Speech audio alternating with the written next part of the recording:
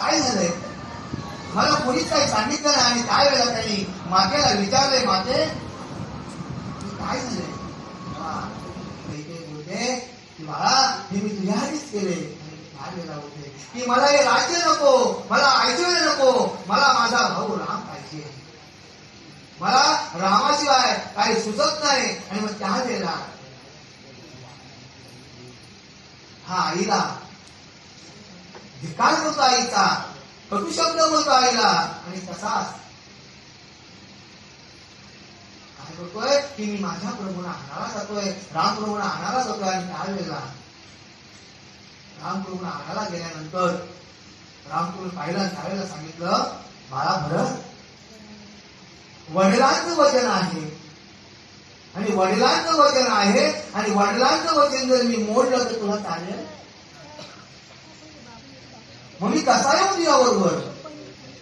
मग तू काय कर की वडिलांनी सांगितले राज्यकारभार सांभाळ. त्यावेळेला भरत बोलते, दादा तुम्ही मला सांगताय राज्यकारभार सांभाळ, अधिकार तुमचा आहे, या राज्यावर बसण्याचा अधिकार तुमचा आहे. आता मी काय करू? मग तुम्ही एक काम करा ना दादा, तुमच्या मला पादुका द्या. आणि त्यावेळेला हा भरत या प्रभूंच्या पादुका घेऊन येतोय. आणि मग त्या पादुका कशा आणतोय? डोक्यावर आणतोय. आणि डोक्यावर आणतोय आणि मग हा इथे येतोय आणि काय करतोय? त्या शिवासनावर रामप्रभू त्या पादुका ठेवतोय. आणि भरत काय करतोय? नगराच्या बाहेर जातोय, एक जमिनीत भुयार खोदतोय आणि त्या भुयारामध्ये राहतोय. का भुयारामध्ये राहते भरत? का भुयारामध्ये राहतोय की माझे प्रभू या भूमीवर चालत आहेत, तर त्यांच्यावर मी कसा राहू, म्हणून तो भुयार खोदून जातो भरत. आणि मग अशा प्रकारे बघा, मग त्या रामप्रभू काय केले? निज बाहुनी हृदयी कवळुनी, निज बाहुनी हृदयी कवळुनी भरताले त्या स्वये कर्तृत्वाची जाणीव ठेवली नंदी ग्रामी धाविले. बंधु प्रेम हे अमर झाले,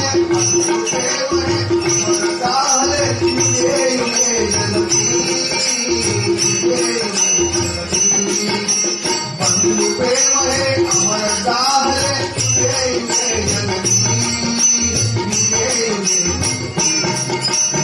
अयोध्या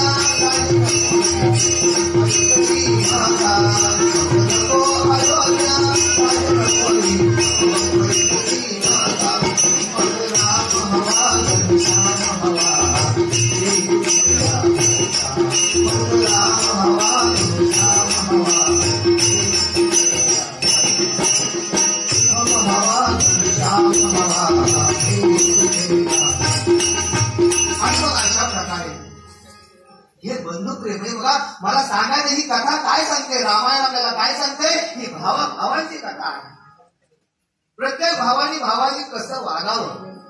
आज आमची भांडणं 1 गुंठ्याच्या जागेसाठी आहेत, आज आमची भांडणं शेताच्या बांधण्यासाठी आहेत, आज आमची भांडणं वही अंगणाला घातलेली वह्यासाठी आहेत. मला सांगा हे कुठं आहे? हे आपण सर्व इथेच ठेवणार आहोत.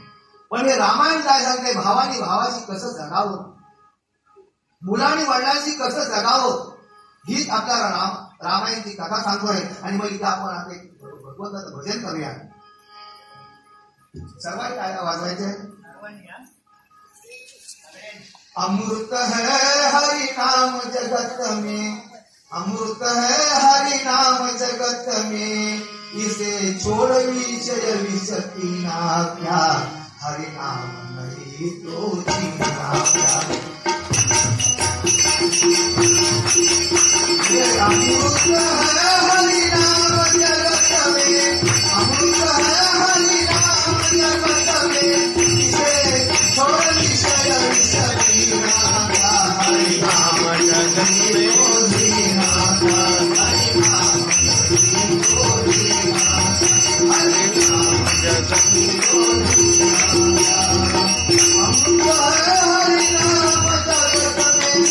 अमृत है हरि नाम जगत में, अमृत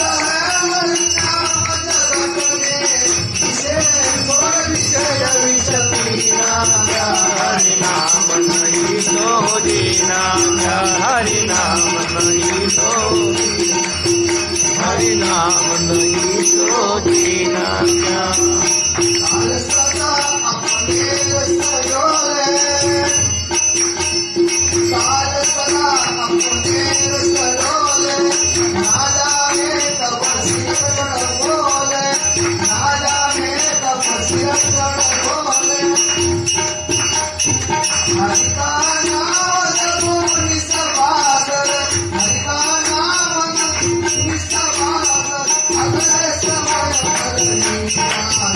हरि नाम नहीं तो जीना क्या। हरि नाम नहीं तो जीना हरि नाम नहीं तो जीना। सब अंग सजावे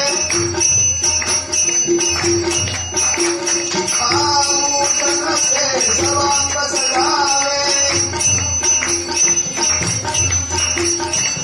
रचना पर हरि नाम नारे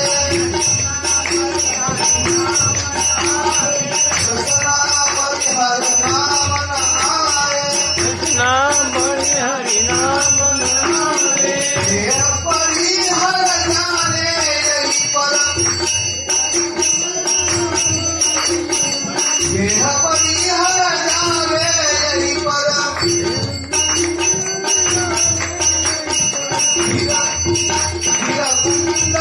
और नगीना का हरि नाम नहीं तो जीना क्या। हरि नाम नहीं तो हरि नाम नहीं तो जीना क्या। तीरथ है हरि नाम तुम्हारा तीरथ है हरि नाम तुम्हारा। तीरथ है हरि नाम तुम्हारा तीरथ है हरि नाम तुम्हारा। यज्ञ वीरता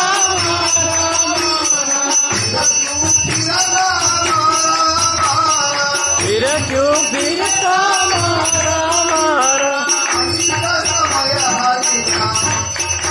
हरि नाम नहीं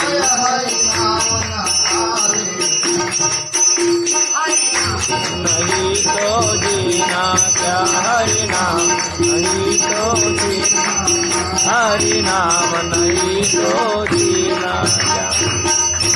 समय हरि नाम नारे समय हरि नाम नारे। हरि नाम नहीं तो जीना क्या। हरि नाम नहीं तो जीना क्या।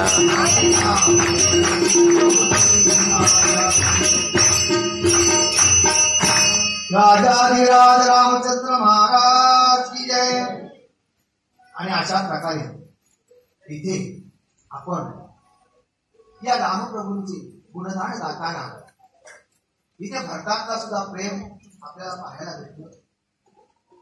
इथं सर्व गोष्टीचा जर आपण विचार केला तर ही कथा आपल्या घरघरातील आहे.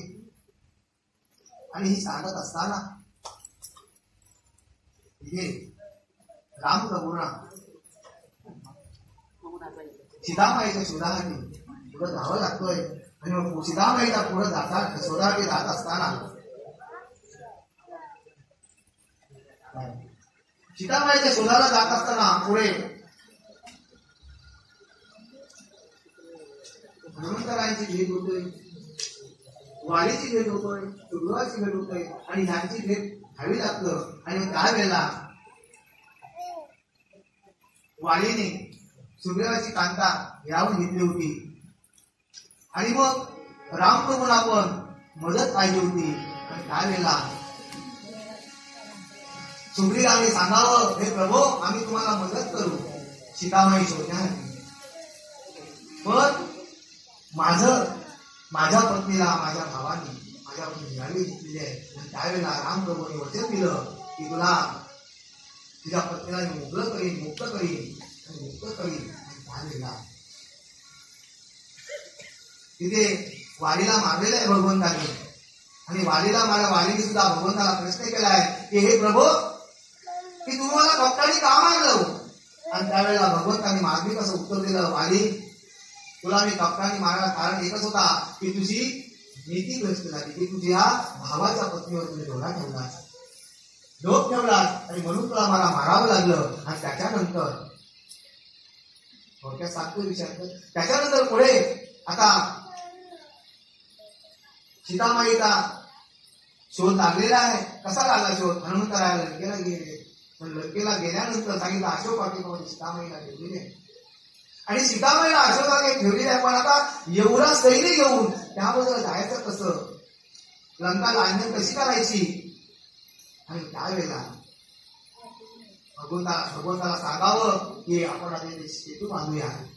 माझा सेतूची मूर्तीपूजा वास्तुशांती शिलापूजन त्याला हवं की नाही? कुठं आपण जरी घर घेतला बांधायला तरी आपल्याला त्याचं छोटा पूजन करावं लागतं. मग आता हे सेतूचं शिलापूजन करायचं आहे आणि मग पूजन करताना इथे ब्राह्मण हवा आहे, इथे ब्राह्मण हवा आहे. मग आता ब्राह्मण कोण? आणि त्यावेळेला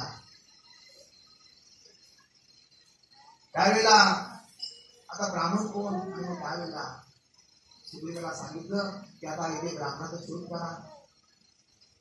आणि त्यावेळेला सुग्रीवाने ब्राह्मणाचा शोध आले तर ब्राह्मण या आपल्या वनामध्ये आपला ब्राह्मण कोण भेटेल? आणि मग त्यावेळेला लक्षात आलं की रावण हा एक महान ब्राह्मण पूजा कर्म जाणणारा आहे. सगळ्या मुली पण आता फक्त वृत्ती आसुरी झाली म्हणून तो रावण बोलला जातोय. पण ब्राह्मण हा एक महान देवाचा भक्त आहे, एक पंडित आहे. आणि मग त्यावेळेला रावणाकडे सुग्रीव काका जातात आणि बोलतात. आणि सुग्रीव काका हे रावणाचे वडिलांचे मित्र होतं. आणि त्यावेळेला रावणाला आनंद झाला, काका तुम्ही माझ्याकडे आलात, काय काम काढलं? अरे रावणा मी का आलोय तुमच्याकडं? की माझ्या स्वामीला शिलापूजन करायचं आहे आणि त्या पूजनासाठी एक ब्राह्मण हवा आहे, पंडित हवा आहे आम्हाला. मग काका मी प्रश्न विचारू तुम्हाला, एक विचार ना मला. हा तुझा जो स्वामी जो शिलापूजन करतोय तो लंका जिंकण्यासाठी करतोय ना? होय. पण ब्राह्मणाचं कर्तव्य काय आहे की आपल्याकडे जर तो पूजा सांगायला आला तर त्या ब्राह्मणाने नाही बोलायचं नाही. आणि मग रावण बोलतोय की आजपर्यंत मी आसुरी वृत्तीच केली, आजपर्यंत मी सगळ्यांना मला पण ब्राह्मण बोललाच नाही. मग आज मोका भेटायचा का सोडायचा? येतो काका मी. अरे पण तुझ्या स्वामीला जंगलामध्ये आहे, जंगलामध्ये काय वस्तू भेटणार नाही, त्याची तुम्ही चिंता करू नका. तुम्ही काका तुम्ही त्याची चिंता करू नका. ब्राह्मणाचं कर्तव्य काय आहे? जर कुठली वस्तू जर कमी पडली तर ती ब्राह्मणाने आणायची असतं. पण आमचं ब्राह्मण जर सुपाला कमी पडलं तर काय बोलतात माहिती आहे? कशाला कार्य करता बोलतात. आणि मग तू काय चिंता करू नकोस, तुझ्या स्वामीला मी सगळं पूजेचं साहित्य आणतोय, पूजेचा मुहूर्ताला टाईम केलाय, उद्या मी पूजा सकाळी 5 वाजता येतोय. अरे पण हो, तुझ्या स्वामीला पत्नी पण लागेल ना पूजेला, डोळ्याची पूजा होत नाही, तुझ्या स्वामीला पत्नी पण लागेल पूजेला.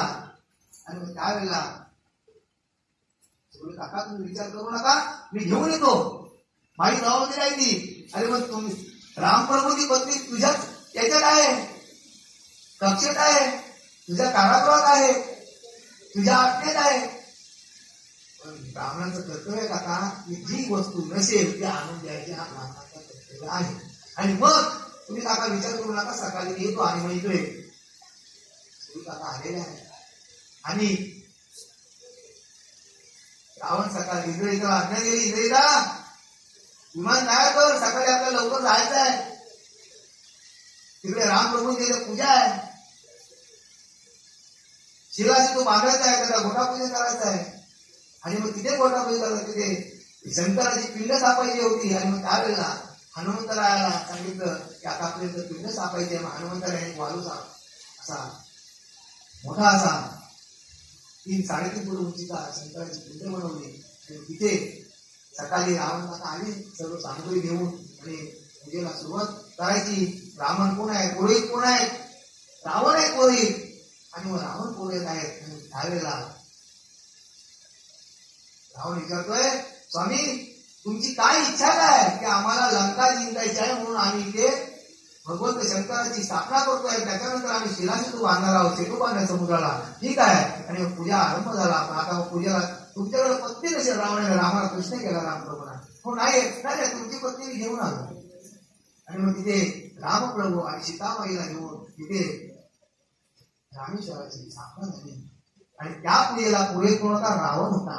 आणि मग रावणाने ती पूजा पार केली. आणि त्याच्यानंतर पण रावणाने सीतेला अंधारा सांगून ठेवलं होतं की सीते मी तुला त्या पूजेला नेतोय, पण तू माझ्या आधी नाही, तुझी तर काय गडबड करायची नाही.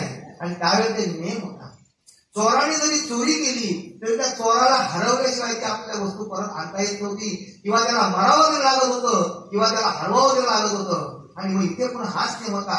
इथे सीतामाईला कशी न्यायची होती, रावणाला हरवून किंवा रावणाला मारून, नाहीतर रामप्रभूंना सीता नेता येत नव्हती. आणि मग पूजा झाली. पूजा झाल्यानंतर रामप्रभूने आणि सीतामाईने रावणाला नमस्कार केलाय. नमस्कार होईल की महाराज की तुमची दक्षिणा बोला. आणि त्यावेळेला रावण काय बोललाय की स्वामी तुम्ही वनवासी आहात, तुमच्याकडे काय दक्षिणा, मला काय द्याल तुम्ही, नाही तरी पण स्वामी तुम्ही दक्षिणा बोला. त्यावेळेला रावणाने उत्तर दिलंय की स्वामी ज्या वेळेला मी मरेन, ज्या वेळेला मी संकटात असेल, ज्या वेळेला मी धर्तीवर पडेन, त्यावेळेला तुमची मांडी मला एवढंच मागणं आहे. मला सांगा आजपर्यंत रावणाने जो खटाटोप केलाय तो कशासाठी केलाय, या भगवंत प्रभूच्या मांडीवर मागण्या. आम्ही फक्त बोलतोय असाच प्रश्न बंधुदेवला प्रश्न पडलाय की प्रभू तुम्ही आजपर्यंत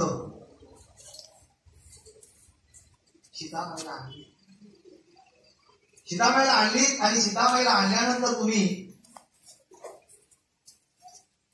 तुमच्याकडे पत्नी, हा समाजामध्ये तुम्हाला कलंक लागेल असं तुम्ही का वागला स्वामी. त्यावेळेला रावण सांगतोय मंडोदरी की मला माझ्या प्रभूच्या हातून मरायचं आहे, मला माझ्या प्रभूच्या मांडीवर मरायचं आहे. आणि जर मी सीतामाईला आणली नसती,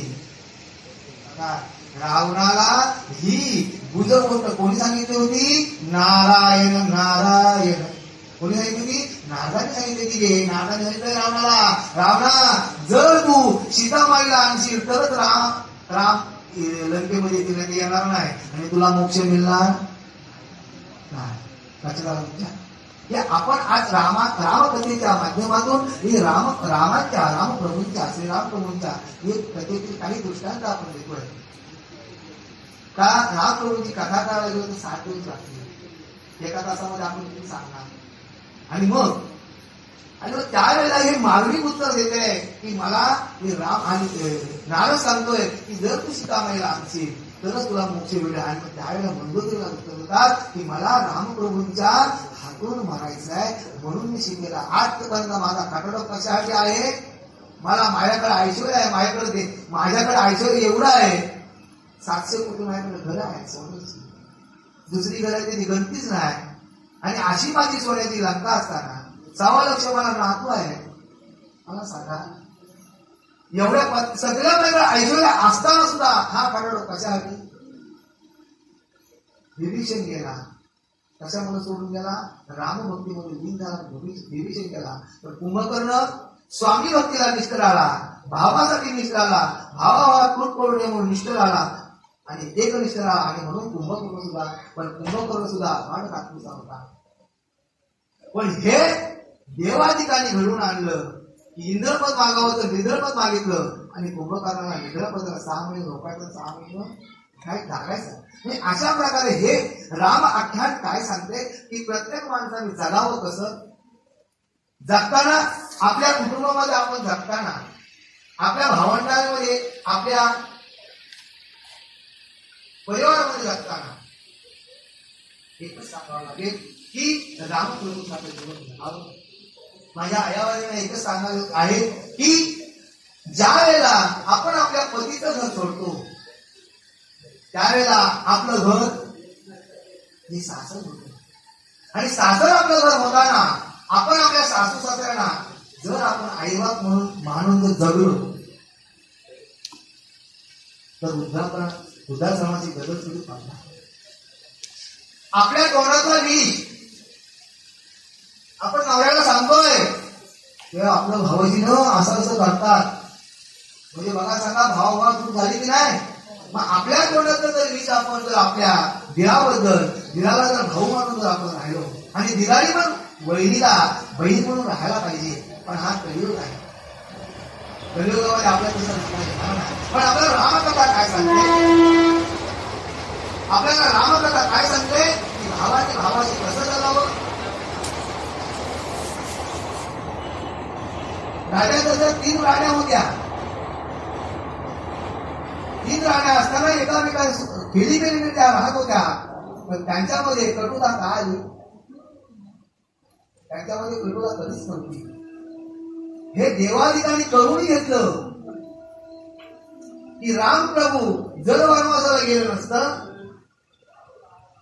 तर हा श्रावणबाळाच्या आईवडिलांचा स्वाप रामाला भावला असता. जर रामप्रभू जागेवर बसलं असतं तर रामप्रभूंना मरण हे आठवलं होतं. का शाप होता कोणाचा. श्रावणबाळाच्या आईवडिलांचा तो ब्राह्मणाचा शाप होता. आणि मग त्यावेळेला रामप्रभूंना वनवासाला जावं लागलं. बरोबर की नाही. आणि जर रामप्रभू जागेवर बसला असतं तर रामप्रभूंना मरण का पुत्र करुणी परसी असा शाप दिला होता श्रावणबाळाच्या आई वडिलांनी. मग मला सांगा हे भगवंताना ह्या सरस्वती मातेला करून घ्यावं लागलं. सरस्वती माता मंथराच्या जीवेवर बसली. मंथराची बुद्धी फिरली. मंथराची बुद्धी फिरल्यानंतर मंथराने कैकेयीची बुद्धी फिरली. त्यानंतर कैकेयी कौशल्याविषयी रामप्रभू प्रेम करत होती. की कथेचा भाग काय सांगायचा की पण हा सरस्वती मातेने बुद्धी फिरली आणि त्यावेळेला कैकेयी मातेला बुद्धी फिरली. आणि मग काय पहिल्या वारानं अर्जुन म्हणला आता साधी द्या. दुसऱ्या वारानं काय द्या रामास महत्वाच द्या. मला सांगा एवढं हे कटू होते का करावं लागलं.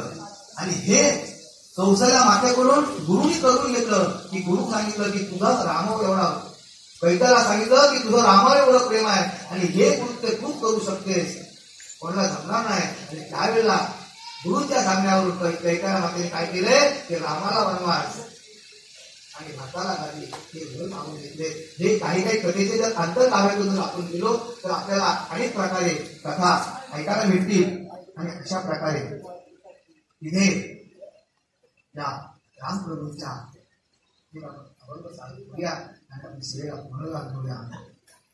मोडिले धनुष्या श्रीरामे मोडिले धनुष्या श्रीरामे झाली तव शोभा राक्षस कुल मर्दिन्या त्रासी रणांगणी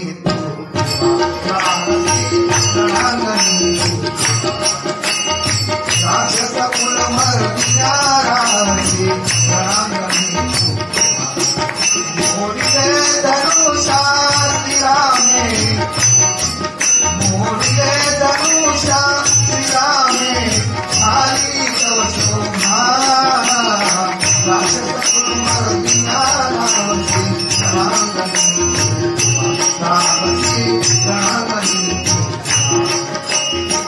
मोठा बलवान रावणा योधा मुरलेला तू मोठा बलवान रावणा योधा मुरलेला अल्पवयी श्रीरामे येऊन अल्पवयी श्रीरामे येऊन चले हरी तुला चले हरी तुला मरिले सीतेने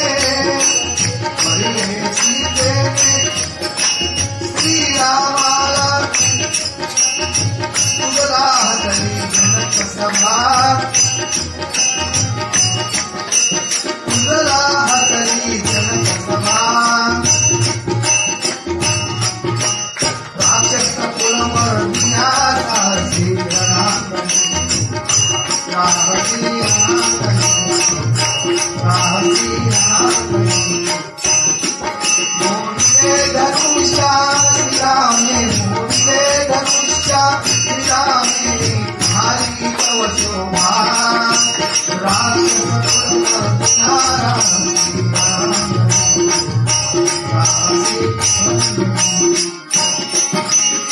अपमानाने देखून दैत्यो अपमानाने देखून दैत्यो जानकीच फलली श्रीरामाने वानर सेना गली केली श्रीरामाने वानर सेना गली केली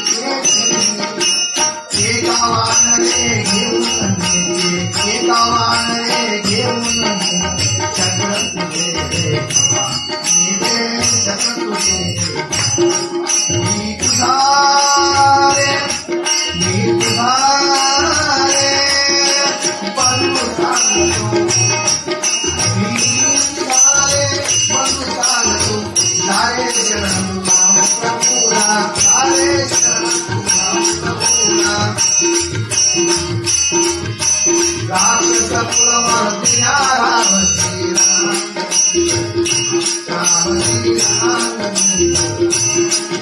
मोहिये धनुषा श्रीरामे मोहिये धनुषा श्रीरामे भाली शोभा राक्षस कुलमर्दिना राम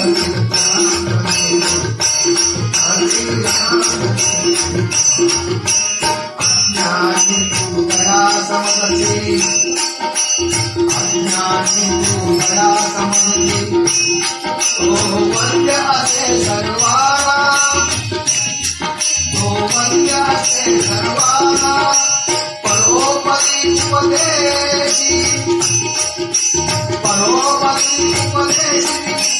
श्रीक्षणा प्रजानाचा बंधू परोपरी उपदेशी श्रीक्षणा प्रजानाचा बंधू जानकीचे सोडून जानकीचे सोडून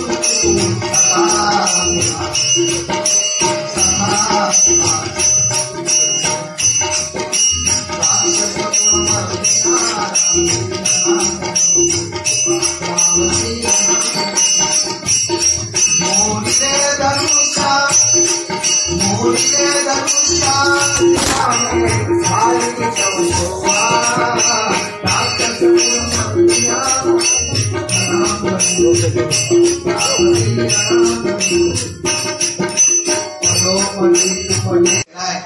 दादा खरोखर रामकृष्णाची शिका महिला आणलीस पण तुझा उपयोग काय तू प्रत्येक ठिकाणी तुला हारावं लागलं पण अशी रामप्रभूंची कथा आज आपण इथे चिंतन केला माझ्या बुद्धीला जेवढं जमलं तेवढं रामप्रभूंचे गुण आपल्यासमोर सांगितलं त्याच्यातून कुठं चुकी झाली असेल कुठे शब्द थोडातून का बुद्धीचा दोष आहे थोडा आला असेल तो तुम्ही चांगला असेल तो घ्या माझ्या आमच्याकडे घ्या आणि एवढं आज आपण इथे हे 2 मिनिटं भगवंतांनी चिंतन करूया आणि आपण श्रीरामला भेटतो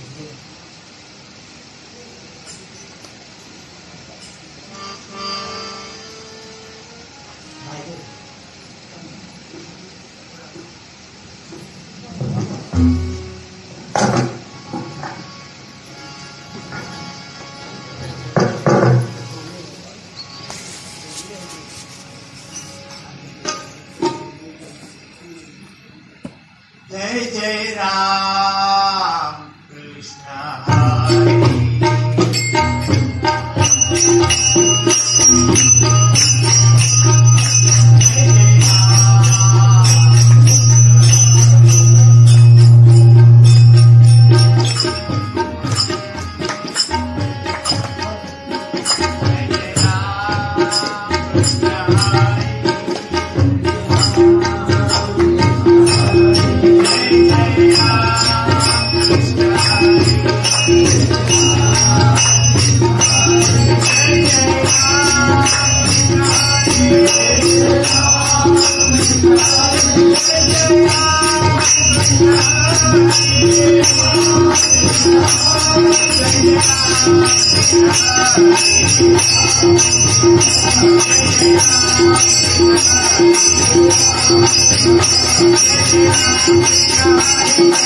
Hare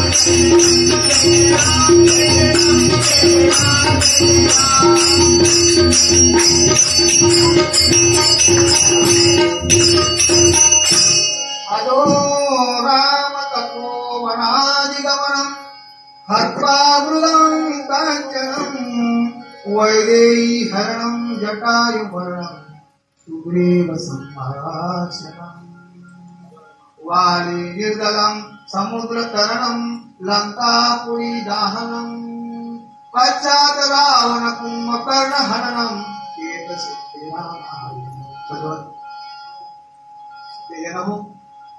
या एक श्लोकी माझ्या मुलीला जेवढं जमलं तेवढं घेतलं तरी पण आपण इथे आज खरोखर या हिंदू गावामध्ये हा रामप्रभूंचा सप्ताहाचा कार्यक्रम होत असताना तिथे जमलेले श्रोते हो खरोखर समाधान वाटलं की एक छोटस आपलं गाव आहे पण एक आताच्या परिस्थितीनुसार 9 दिवस सप्ताह इथं चालवणं हा अखंड हरिनाम सप्ताह चालवणं खरोखर ही धन्यता वाटली आणि तुम्हाला वारंवार मी माझं एकच म्हणणं आहे की ह्या रामप्रभूंच्या भजनातून या कीर्तनातून संकीर्तनातून खरोखर आपलं घर कसं होईल की प्रत्येकाने एकच मनातून ध्यान ठेवलं पाहिजे. संत तुकडोजी महाराज सांगतात की ज्या ज्या गावामध्ये मी जाईन त्या त्या गावामध्ये माझं गाव कसं सुंदर असायला पाहिजे आणि माझं गाव सुंदर असावं पण ते सुंदर आपलं गावातल्या प्रत्येक माणसाचं कर्तव्य काय आहे की एकमेकाला बघा आपल्यावर प्रत्येकाचं कर्ज आहे. आपलं जसं आईवडिलांचं कर्ज आहे तसं आपलं भावाचं बहिणीसाठी कर्ज आहे बहिणीचं भावासाठी कर्ज आहे तसं गावाचं सुद्धा आपल्यावर कर्ज आहे देशाचं सुद्धा आहे. हा माझा शेतकरी राजा शेतामध्ये खपतोय धान घालतोय त्या शेतकरी राजाचं सुद्धा कर्ज आहे. सीमेवर असणारा माझा सैनिक त्यांचं सुद्धा कर्तव्य आहे आणि त्यांचं सुद्धा कर्ज आपल्यावर होणं आहे की आज ते सीमेवर आहेत म्हणून आपण आहोत बरोबर ना. आणि मग जीवा भावाने जवळ मी पाहिन माझं गावच सुंदर होईल माझं गावच सुंदर जीवा भावाने जवळ मी पाहिन माझं गावच शिक्षण घेऊन केली दिवाळी शिक्षण घेऊन केली दिवाळी अज्ञानाची दारुण होईल शिक्षण घेऊन केली दिवाळी अज्ञानाची दारुण होईल अज्ञानाची दारुण होईल.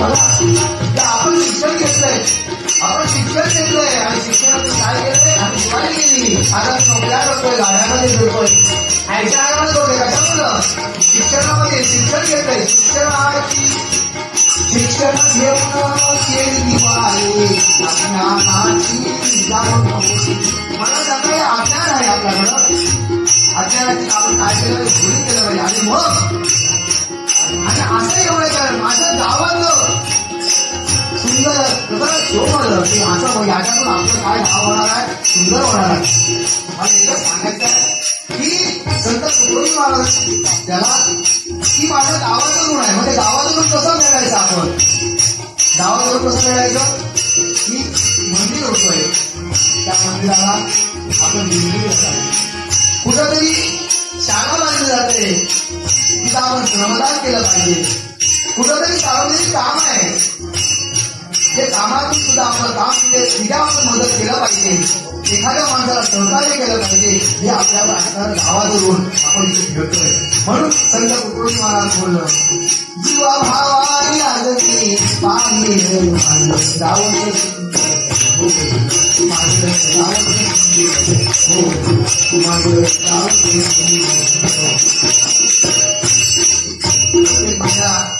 आपण या संतांच्या भूमीमध्ये, या मातृभूमीमध्ये आज आपल्याला ज्यावेळेला आम्ही तिथे आलो, पहिला 1 वर्षापूर्वी गेलो दादांच्या घरी, बरोबर सेवेचा. आज पुन्हा हा योग आला, बरोबर रामप्रभूंचा कुठंतरी एवढं असेल रामप्रभूंच्या सेवेचं, आणि आज ते मला भेटलं आणि सर्व इथे सोडून म्हणतात आज आपण सेवेला विषय जास्त आला, आणि तरी पण तिथे तुम्ही या भगवंताचं गुण आपण ऐकलं, तरी आपण आता इथे सेवेला पूर्ण करूया.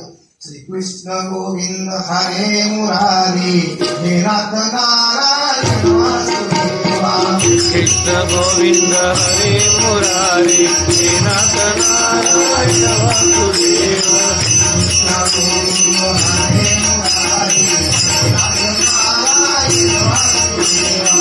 कृष्ण गोविंद हरे मुरारी हे नाथ नारायण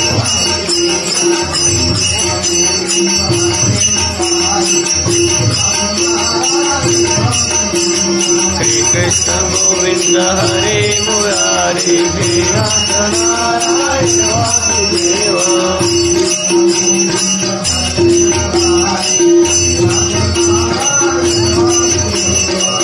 कृष्ण गोविंद हरे मुरारी हे नाथ नारायण वासुदेवा.